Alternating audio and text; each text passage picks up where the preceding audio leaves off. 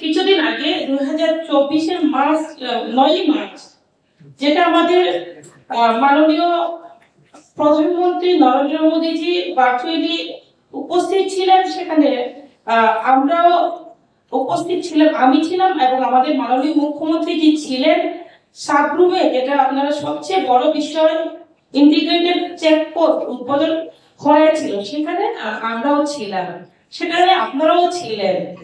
তো একটাই লক্ষ্য যে আমাদের অতি দ্রুত কিভাবে আমরা আমাদের সাকসেসে আমরা পৌঁছতে পারি, কিভাবে আমরা ত্রিপুরা রাজ্যকে আমরা বিশ্ব দরবারে পৌঁছাতে পারি, সেই লক্ষ্যে আমরা কাজ করে যাচ্ছি।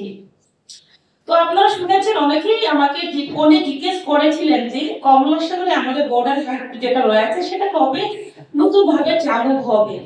তো আমি সেই বিষয়ে বলবো, আমাদের 2024-এর 2 জুলাইয়ে একটা আমাদের বাংলাদেশ এবং আমাদের ত্রিপুরা রাজ্যে একটা মিটিং হয়েছিল।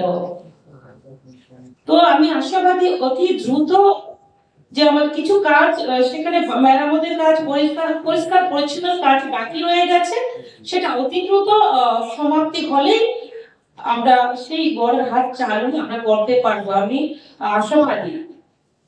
তার পাশাপাশি যে আমাদের যে আপনারা সবাই হয়তোবা কোয়েশ্চেন করতে পারেন, প্রশ্ন করতে পারেন যে মৈত্রী সেতুর ব্যাপারে। তো আমি সেটা বলবো, আমরা কথাবার্তা চলছে কিভাবে অতি দ্রুত মৈত্রী সেতু চালু করা যায়, আমরা কেন্দ্র সরকারের সঙ্গে কথা বলছি। তো সেটা আর বেশি দূর নেই, সেটা চালু হয়ে যাবে।